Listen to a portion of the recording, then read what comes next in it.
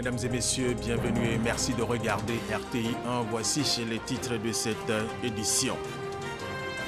Le président de la République Alassane Ouattara a reçu hier mardi au palais présidentiel la délégation du FMI présente à Abidjan dans le cadre de la deuxième revue du programme économique et financier triennal soutenu par le Fonds monétaire international.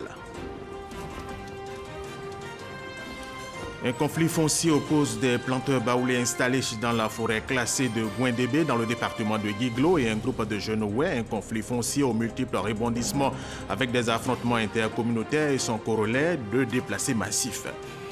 La ministre néerlandaise de la Défense, Janine Hennis, a démissionné hier mardi après qu'un rapport eut dénoncé de sérieux manquements ayant conduit à la mort de 2 casques bleus néerlandais au Mali dans l'explosion accidentelle d'un mortier, et c'était en 2016. Commençons par cette information. Un conseil des ministres se tient au palais présidentiel en présence du président de la République, Alassane Ouattara. Plusieurs questions relatives au développement de la Côte d'Ivoire sont au centre de ce conseil des ministres. Nous y reviendrons à 20h. Nous vous le disions dans nos titres, le président de la République Alassane Ouattara a reçu hier mardi au palais présidentiel la délégation du FMI présente à Abidjan dans le cadre de la deuxième revue du programme économique et financier triennal soutenu par le Fonds monétaire international. Viviane Aïmen, reportage. Présente à Abidjan depuis le 19 septembre pour mener les discussions avec le gouvernement sur le programme élargi et de facilitation de crédit, la délégation du FMI, au terme de sa mission, a été reçue ce mardi 3 octobre par le président de la République au palais présidentiel. Était présent à cette audience le Premier ministre, ministre de l'économie et du budget, Amadou Gon Coulibaly. Au terme des observations qu'elle a pu mener sur le terrain et des discussions qu'elle a eues, la mission émet un avis favorable sur la santé de l'économie ivoirienne, malgré la chute du prix du cacao dont la Côte d'Ivoire est premier producteur mondial. La mission exhorte toutefois les autorités ivoiriennes à poursuivre au plan des réformes structurelles de l'économie. Malgré la chute des prix du cacao, de solides performances économiques sont poursuivies en 2017 et les perspectives pour 2018 et le moyen terme demeurent bonnes. L'inflation devrait rester modérée à environ 1%. Le déficit budgétaire devrait se situer à 4,5% du PIB en 2017. En outre, le FMI, la mission du FMI et les autorités ivoiriennes se sont accordées sur des mesures de politique budgétaire pour le budget 2018. Ces mesures devraient permettre à atteindre un déficit de 3,75% du PIB en 2018 et une convergence envers le norme du déficit régional de l'UMOA de 3% du PIB en 2019. L'équipe et les autorités se sont accordées sur la nécessité de préserver la viabilité des finances publiques et de la dette, tout en créant l'espace nécessaire pour financer le programme d'investissement du Plan national de développement 2016-2020. L'équipe et les autorités soulignent la nécessité d'accélérer les réformes structurelles pour maintenir une croissance forte, soutenue et inclusive. Cette deuxième revue, dans le cadre du programme élargi et de facilitation de crédit, se veut rassurant quant au niveau d'endettement de la Côte d'Ivoire. La mission n'a pas tiré la sonnette d'alarme à ce sujet. Autre information, l'édition 2017 du Salon de l'architecture et du bâtiment à Achibat a ouvert ses portes hier mardi en présence du Premier ministre Amadou Gon Coulibaly. Du rêve à la réalité, c'est le thème retenu pour cette édition. Wilfried Hermanedjivé.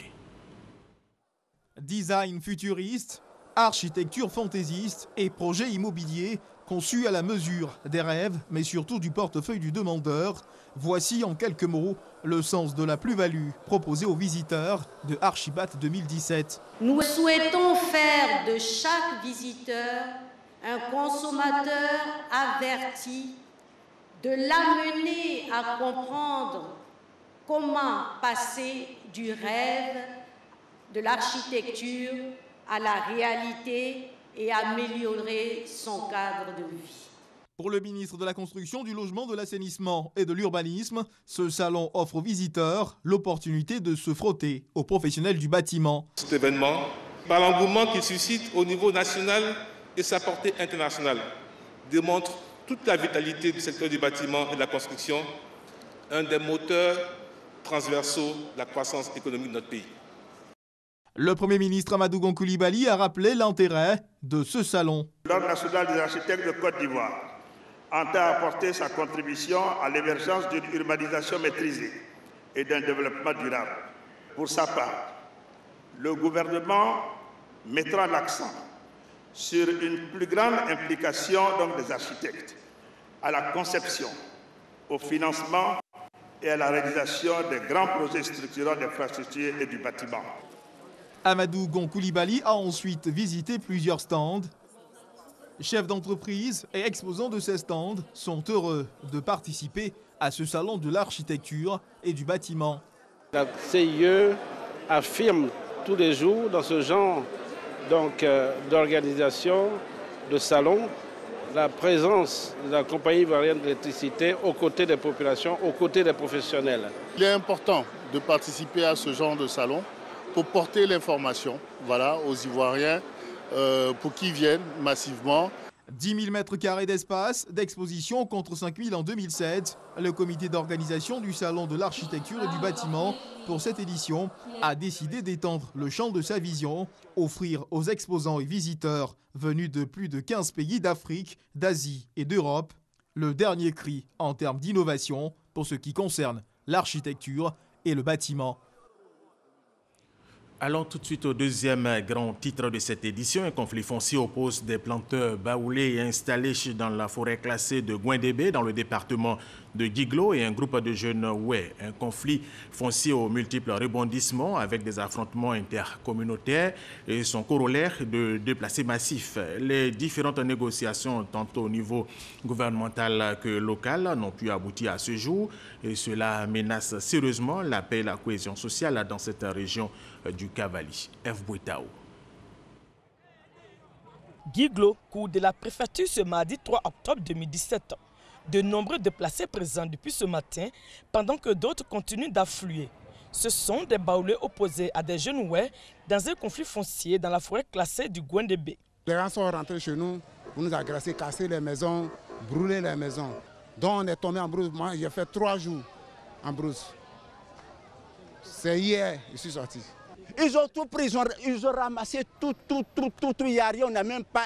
Moi-même, je suis venu avec ma seule chemisette. Mais si le gouvernement peut nous dédommager un peu pour soulager nos élèves scolarité, c'est notre choix. De nombreux déplacés et aussi des blessés graves. On était 3 qu'on nous a pris. C'était le plus grand. On a pris la route d'un bas-fond. Quand on a travaillé, c'est une rivière. Il m'a dit, bon, toi, rentre en brousse ici. Et dès qu'il m'a vu, en même temps, il n'a pas toléré, en même temps, il a tiré. Les humanitaires évaluent ces personnes à 3000. Ils sont sur 4 sites. Le site de la préfecture, le site actuel, le site du centre social, le site du foyer des jeunes et un 4e site est en train de se préparer à la mairie. Il faut dire que la Croix-Rouge est débordée. Dans un premier temps, nous procédons au recensement des déplacés. Nos équipes sont en activité pour recenser tous ceux qui ont accès aux différents sites. Et le deuxième volet, c'est la couverture sanitaire. Nous vous apprenions que 2 femmes ont accouché pendant le voyage. Dès qu'elles sont arrivées ici, la Croix-Rouge les a référées à un hôpital où elles ont suivi des soins. Et l'urgence, il faut qu'on nous essayons d'installer des citernes à eau potable. Parce que s'il n'y a pas d'eau potable, très rapidement, le choléra va se répandre. Il faut le rappeler, ce conflit foncier opposant des planteurs baoulés aux jeunes Oué connaît des multiples rebondissements. Déjà, une délégation ministérielle a effectué le déplacement sur place pour le règlement. Et les élus et des cadres ont aussi conduit des négociations. Les accords trouvés chaque fois sont remis en cause et le conflit s'est déporté dans les sous-préfectures des Eaglo et des Kadé, des sous-préfectures situées loin de la forêt classée du Gouindébé. F. Boué Tao, tout à fait autre chose pour tenter de résoudre le problème de sécurité que pose le phénomène des enfants en rupture sociale. Un comité multisectoriel de lutte contre ce phénomène a été mis sur place. L'activation de ce comité s'est fait au ministère de l'Intérieur en présence de notre reporter Wilfried Hermanadjivé. Autour d'une table, plusieurs membres et directeurs de cabinet de différents ministères, des premiers magistrats de communes réfléchissent sur une question qui interpelle la société dans son ensemble, le phénomène des enfants en difficulté avec la loi. Des adolescents dont l'âge est compris entre 9 et 17 ans et qui, sous l'effet de stupéfiants, en bande organisée, s'en prennent à la quiétude des populations. L'objectif de cette rencontre est d'activer le comité multisectoriel de lutte contre le phénomène des enfants en rupture sociale, tel que décidé par le Conseil des ministres en sa séance du 27 septembre 2017. Tous ont bien conscience du travail à accomplir, chacun à leur niveau. Tous les phénomènes qui ont été décrits ici, ça prend appui peut-être dans nos établissements. Nous avons été heureux d'apporter aussi notre point de vue, notre lecture de ce phénomène-là pour qu'une prise en compte efficace soit faite. La police appuyée de la gendarmerie des forces armées de Côte d'Ivoire du CCDO, nous allons prendre notre part, n'est-ce pas, dans la résolution du problème. Tout ce qui touche les enfants touche le ministère de la Femme, touche la famille, touche leur éducation. C'est pour cela que l'action ne peut pas seulement être mise sur le volet sécuritaire. Donc nous avons pour devoir de vraiment aider la société à pouvoir prendre en charge ces enfants, à pouvoir trouver des solutions pour l'équilibre de tout le monde. On ne peut pas de façon isolée lutter contre cette problématique-là. Donc il faut l'envisager dans une perspective globale. Cela nécessite forcément une synergie d'action et c'est en ce sens-là que le ministère d'État, le ministère de la Défense est sollicité. Il ressort de cette réunion que le phénomène des enfants en difficulté avec la loi ne relève pas seulement du cadre sécuritaire. Il s'est agi pour les participants à cette réunion de recenser les programmes et projets intégrés de prise en charge des enfants en rupture sociale, de s'interroger sur les difficultés recensées en vue de leur mise en œuvre, avec pour objectif final de faire des propositions au gouvernement. La politique du programme national de la santé scolaire et universitaire, santé adolescents et jeunes, est basée essentiellement cette année sur le service convivial pour mieux connaître les jeunes. L'institution veut ainsi briser les barrières entre agents de santé et les patients jeunes, nous dit Franck Quadio. Salomon est élève en classe de 4e dans un établissement d'Aboisseau. Il sort d'une consultation au centre de santé scolaire et universitaire de la ville. Nous l'approchons. Moi, souvent, la plupart du temps, quand je viens, j'ai le palu. Donc, j'ai pas peur. Le palu, c'est habituel. Il y a d'autres élèves comme ça, ils ont peur de se confier. Si l'adolescent n'éprouve aucune gêne à se confier à un praticien quand il est malade, son cas est tout de même un cas isolé. Bon, quand j'ai des petits problèmes, je ne dis pas cela aux médecins. Car souvent, il y a la honte qui apparaissent et on préfère dire cela à nos camarades, bien sûr. La communication difficile entre patients, jeunes et agents de santé. Un problème que le programme en charge de la question veut améliorer. Sa solution, créer dans tous les centres de santé pour élèves, adolescents et jeunes, un service convivial pour favoriser la complicité entre les deux parties. Même si à la maison, ils ne peuvent pas le faire, il faut que les services de santé, au niveau des services de santé, ils soient capables de discuter avec le médecin, de se confier au médecin, de tout lui dire. Et c'est pour ça que nous disons à nos médecins qu'ils doivent être les amis des enfants. Cette volonté de briser les barrières entre les jeunes et les praticiens, les autorités sanitaires l'ont dit à leurs collaborateurs de santé scolaire et universitaire venus de toute la Côte d'Ivoire à prendre part à la traditionnelle rentrée ordinaire. Franck Quadio, revenons sur la journée mondiale des personnes âgées célébrée le 1er octobre de chaque année. Pour cette 7e édition, le thème est se projeter vers l'avenir, faire appel aux talents, aux contributions et à la participation des personnes âgées dans la société en Côte d'Ivoire. Les statistiques évaluent le nombre de personnes âgées de 60 ans et plus à 1 200 000 en 2018, soit 4,4% de la population ivoirienne.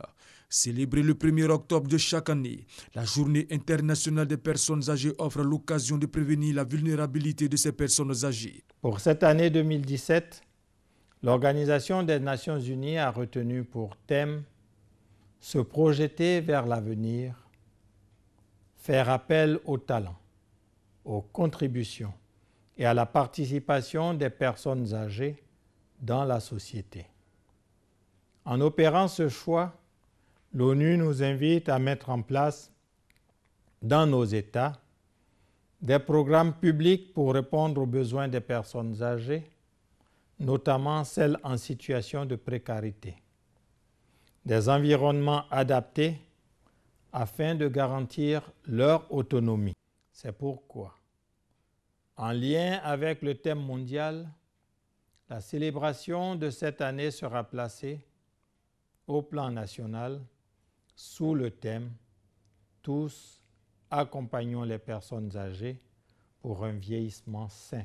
Au regard des difficultés que rencontrent ces personnes âgées, le gouvernement envisage pour cette fin d'année 2017 de mettre en place un cadre plus global. Et il s'agit notamment d'accélérer la mise en œuvre du projet filets sociaux productifs, d'étendre la phase pilote de la couverture maladie universelle aux artisans et aux indigents, de promouvoir les droits fondamentaux des personnes âgées à travers le renforcement des mécanismes nationaux de prévention, de contrôle, de surveillance et de protection, d'œuvrer pour l'atteinte de la cible 3 des ODD qui a pour finalité de permettre à tous de vivre en bonne santé et de promouvoir le bien-être de tous à tout âge d'ici 2030. Cette célébration dédiée aux personnes âgées sera marquée par une cérémonie officielle dans la commune de Gambassamba. L'objectif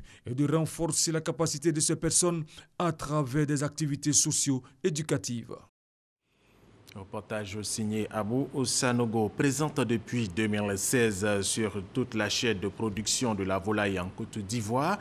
La société ivoirienne de production animale CIPRA réalise un chiffre d'affaires de plus de 70 milliards de francs CFA. Le savoir-faire avicole de cette société ivoirienne s'exporte depuis peu au Burkina Faso, où le groupe s'est implanté en 2016. Une présence qui bouscule les habitudes de consommation des Burkinabés, pourtant friands de leur traditionnel poulet bicyclette. Christelle Ménan. Impossible de sillonner les rues de Ouaga en soirée sans se faire taquiner le nez par des effluves de poulet en cuisson. Flambé, grillé, télévisé ou à l'ail, le poulet bicyclette est un des arguments touristiques du Burkina Faso. Mais depuis quelques années, ce maigre poulet à la chair très ferme dispute le grill au poulet de chair. Un poulet plus charnu, à l'origine un poussin né en milieu industriel, comme en Côte d'Ivoire, dans une des fermes de reproducteurs du groupe CIPRA. Vous voyez F10 et puis vous voyez la date de ponte de l'œuf. Le groupe CIPRA en Côte d'Ivoire, c'est la chaîne de restauration rapide Tweet et les marques Coquivoire, Ivograin et Ivoire Poussin. Cette dernière est le premier maillon de la chaîne d'activité du groupe. Les reproducteurs sont au cœur de l'industrie avicole. Quand vous avez des reproducteurs, alors vous pouvez obtenir des poussins et parce que vous avez des poussins, l'industrie de la fabrication de l'aliment peut être mise en marche. De là sortent chaque mois plus de 20 millions de têtes duveteuses. Les poussins invendus seront élevés dans les fermes du groupe, nourris par une partie de la production de l'usine Ivograin. Après 5 semaines en moyenne, les poulets sont transformés et proposés en charcuterie, en entier ou à la découpe. Les œufs non fécondés issus des pondeuses sont commercialisés. Enfin, une partie des poulets de Coquivoire sont proposés au menu de la chaîne de restauration Tweet. De l'œuf au poulet, le groupe CIPRA, c'est en 2016 plus de 70 milliards de francs CFA de chiffre d'affaires. Retour au Faso, les hommes intègres consomment plus de 30 millions de poulets par an. Bien que chaque famille, surtout en zone rurale, dispose d'un élevage traditionnel de poulets, les besoins en volaille ne sont pas totalement couverts. Le prix du poulet bicyclette flambe, les importations de poulets congelés croissent et l'élevage de poulets de chair occupe de plus en plus d'espace. Jusqu'il y a peu, le groupe CIPRA exportait des poussins depuis la Côte d'Ivoire pour les éleveurs du Burkina Faso. Mais depuis 2016, sous le nom de Sobupra, le groupe y a installé un couvoir pour réduire les coûts et les pertes liées à l'exportation de poussins. Mais c'est surtout une porte d'entrée stratégique pour conquérir le marché burkinabé. Nous avons voulu développer une activité de production localement, supprimant l'étape de perte de productivité avec des mortalités liées au transport. Le couvoir est installé sur un site de 10 hectares à 30 km de Ouagadougou. Chaque année, Sobupra fournit près d'1 million de poussins aux éleveurs du pays. En plus des poussins, la société les approvisionne aussi en aliments volailles, produits par l'usine ivoirienne Ivograin. L'idée à terme est de reproduire la même recette de son succès en Côte d'Ivoire. Une chaîne intégrée de production et de transformation de la volaille. La Sobupra, dans 5 ans, sera constituée au moins d'un couvoir, 2 fermes de reproducteurs et d'une usine d'aliments de bétail. Parce que nous avons la volonté de fournir tous les intrants aux éleveurs burkinabés. Et nous pensons que c'est à ce prix que cette filière pourra être compétitive et répondre aux défis qui se présentent à elle. La ferme DL est un des clients de Sobupra, en poussins et en aliments de volaille. Depuis décembre 2016, près de 10 000 poussins ont été élevés dans ces locaux modernes. Les propriétaires ont investi près de 150 millions de francs CFA. L'investissement couvre la ferme et aussi le magasin. Tous les poulets issus de la ferme sont transformés en arrière-boutique avant d'achalander les vitrines réfrigérées de la boutique. Nous avons retenu les espèces proposées par Sobupra parce que de toute évidence, ce sont les plus performantes sur le marché. Et quand vous voyez la cuisse qui est en train d'être désossée, la quantité de viande, c'est tout à fait intéressant et capable d'intéresser la clientèle du Burkina. Le Burkinabé moyen, encore très attaché au poulet bicyclette, n'est pas le cœur de cible de la ferme DL. Jean-Claude, le propriétaire, s'adresse principalement aux collectivités et restaurants, plus particulièrement aux sociétés de restauration minière installées au nord du pays, demandeurs en chair de poulet plus importante et prête à l'usage. Mais nous avons aussi la volonté de faire des propositions de produits fumés qui sont très prisés en ce moment. Et nous avons aussi la perspective de faire des propositions pour du steak haché à partir de la viande de poulet. Comme de nombreux investisseurs internationaux intéressés par la prometteuse filière avicole burkinabé, le groupe Cipra table sur la croissance démographique du Burkina et sur la place du gallinacé dans le cœur des hommes intègres. À Ouagadougou et à Bobo-Dioulasso, on consomme plus de 50 000 poulets par jour. Le Rotary Club Abidjan Golf a initié une journée de planting d'arbres au sein du collège moderne de Nouamou. C'est à 55 km d'Aboasso dans la région du sud Komouéchi. Les Rotariens veulent par cet acte contribuer à la préservation de l'environnement dans cette localité. Konaté Moussa.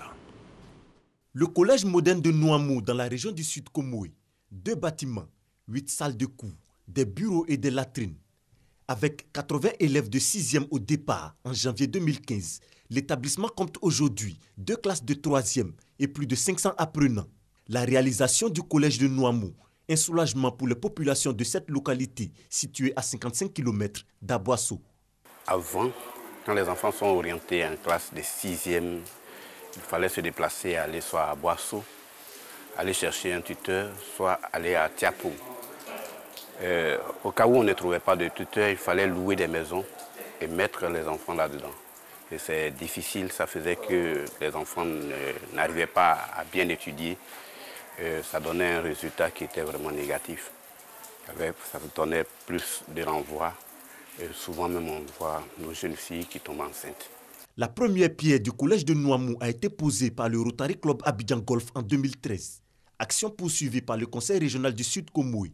4 ans après, les Rotariens sont de retour sur le site, cette fois pour une journée de planting d'arbres et sensibiliser aussi les élèves sur la préservation de l'environnement.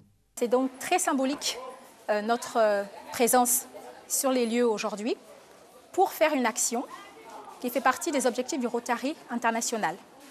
La journée de planting qui est dénommée « Un arbre, un Rotarien ».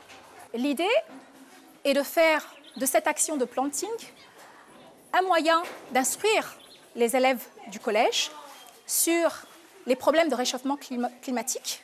Ces plans vont constituer une sorte de clôture pour l'établissement. Vous constatez que nous n'avons pas de clôture et les enfants sont exposés à toutes sortes de reptiles. Et donc, dans un premier temps, c'est un élément qui va nous permettre de circonscrire notre site. Le Rotary Club Abidjan Golf s'engage toujours à apporter son soutien au collège moderne de Nouamou. Il prévoit très prochainement la remise d'un chèque de 5 millions de francs CFA au Conseil régional du Sud Komoué, une contribution pour la poursuite des travaux de l'école.